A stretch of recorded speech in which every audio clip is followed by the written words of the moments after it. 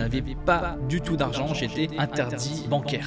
J'avais eu des prêts non remboursés, j'étais en surendettement, donc j'avais pas de carnet de chèques, rien du tout. C'était très compliqué pour moi à ce moment-là, étant donné que ma femme avait perdu un emploi et que j'avais des crédits maison, crédit voiture et tout ce qui s'ensuit, c'était très compliqué. J'ai essayé le dropshipping il y a 6 ans en partant de rien. Et maintenant, qu'en est-il ?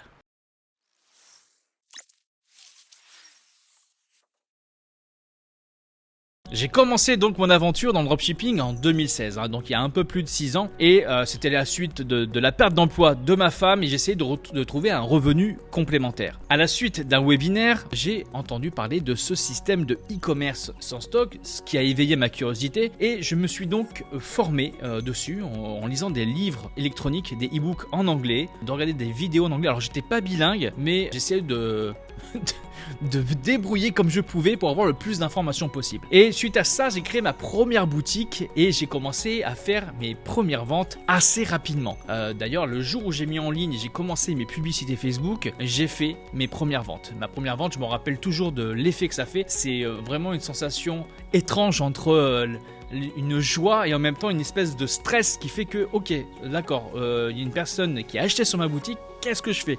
Quelle est la suite ?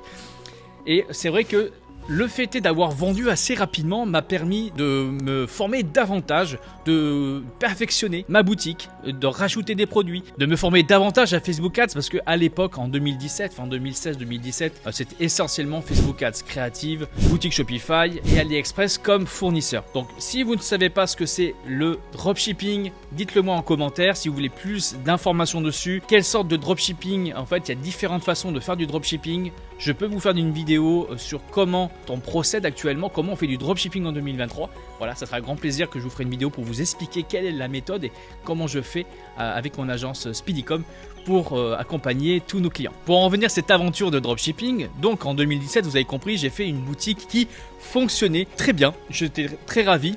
Je me suis formé, j'ai même acheté des formations pour optimiser mon apprentissage, comment optimiser surtout en fait la publicité. Parce que on peut avoir un très bon shop mais sans acquisition de trafic, sans visiteurs, vous ne ferez aucune conversion. Donc j'ai compris que si je voulais augmenter les ventes, si je voulais augmenter mon chiffre d'affaires, je devais au moins optimiser un vecteur de trafic et j'avais choisi à cette époque Facebook Ads. Donc voilà, c'était ma première boutique, j'étais très content. Bref, vous allez me dire, c'est une histoire incroyable Cédric, c'est génial, tu as créé ta première boutique, tu es rentable, mais si je vous en parle aujourd'hui, c'est pour une raison bien précise, c'est parce que au bout de quelques mois, ça s'essouffle, je perds des ventes, je paye plus de publicité et j'ai moins de chiffre d'affaires. Et ça pour moi, c'est une peur en fait qui me dit voilà, j'ai créé un business, ça s'effondre, au final, ça marche pas. Ça a marché, j'ai eu de la chance, j'ai eu un gros coup de bol et ça ne marche plus. Je me suis vraiment remis en question à savoir mais qu'est-ce que j'ai fait de mal, mais pourquoi, qu'est-ce qu'il faut que je fasse, pourquoi ça marchait et pourquoi maintenant ça ne fonctionne plus. J'avais mis tant de budget de pub, maintenant mon budget de pub était quasiment égal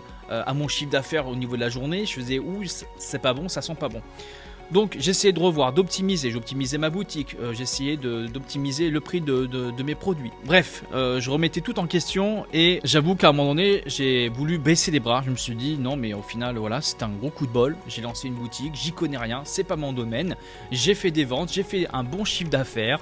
J'étais pas à des millions ou à des centaines de milliers d'euros, j'étais environ entre 5 et 10 000 euros par mois de chiffre d'affaires. J'avais une sacrée plus-value sur les produits. Donc je m'en sortais bien, je me faisais à peu près entre 2000 et 2500 euros par mois de profit net, ce qui n'était pas vraiment énorme, mais pour moi à l'époque c'était vraiment bien plus que mon salaire, donc j'étais très heureux. C'était en avril 2017 où j'ai vraiment vu le tournant de tout ça. Je me suis posé des questions, est-ce que je vais continuer? Je ne suis plus rentable, les publicités ne fonctionnent plus aussi bien qu'avant. Est-ce que j'ai épuisé l'audience? C'est ce qu'on se dit, c'était une boutique de niche, donc c'était pas un monoproduit. Je vous expliquerai pourquoi il peut y avoir cette sensation d'épuiser l'audience avec un monoproduit, mais ça c'est une autre problématique. Là j'étais sur une boutique de niche et je me suis dit bon c'est fini, c'est fichu. J'en ai même parlé à ma femme. Je vous avoue que j'étais limite en dépression en ce moment-là parce que je me suis dit je me suis investi corps et âme à côté de mon travail, plus gérer ma boutique Shopify,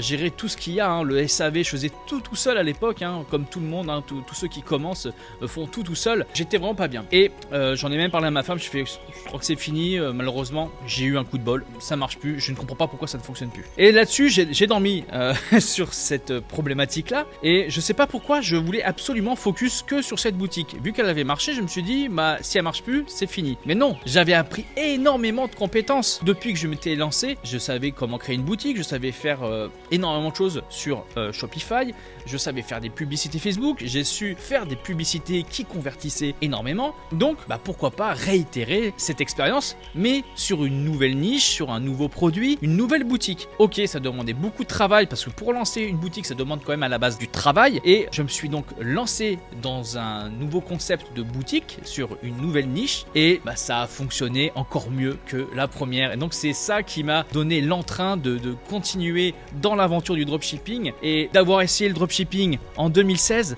a totalement changé ma vie. Et je ne pratique plus le dropshipping aujourd'hui comme je le faisais à l'époque, et je pense que je ferai des vidéos dessus si ça vous intéresse sur mes différentes manières de faire du e-commerce sans stock et avec stock pour ceux qui sont intéressés pour faire du branding. Du branding, c'est de créer une marque. Ça peut être intéressant, mais pour ceux qui veulent commencer, ceux qui veulent démarrer leur aventure dans l'entrepreneuriat, ceux qui veulent se lancer un business en ligne, pour moi, il n'y a rien de plus simple que de lancer une boutique dropshipping. Quand je me suis lancé dans cette aventure fin 2016, je n'avais aucune connaissance, aucune compétence à la matière, je le rappelle. Ni en e-commerce, en dropshipping, en web marketing, rien du tout. Et je dirais même de zéro financièrement, car je n'avais pas du tout d'argent, j'étais interdit bancaire.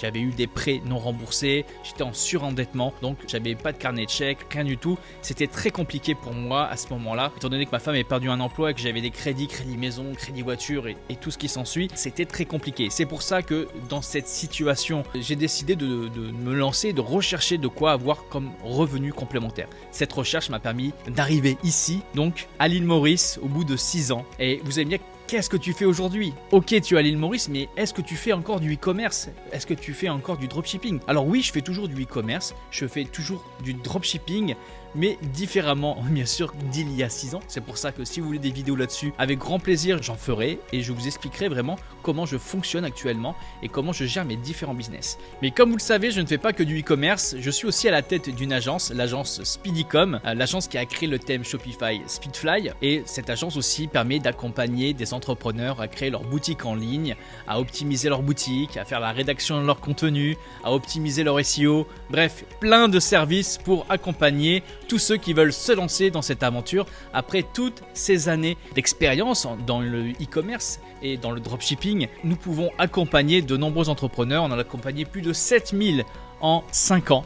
Et oui, parce que l'agence Speedycom a 5 ans depuis octobre 2017. Et je voulais vous faire part de mon expérience d'il y a 6 ans, car je pense que pas mal d'entre vous qui êtes arrivés après sur la chaîne YouTube Speedycom, vous ne connaissez pas mon histoire, comment j'ai démarré.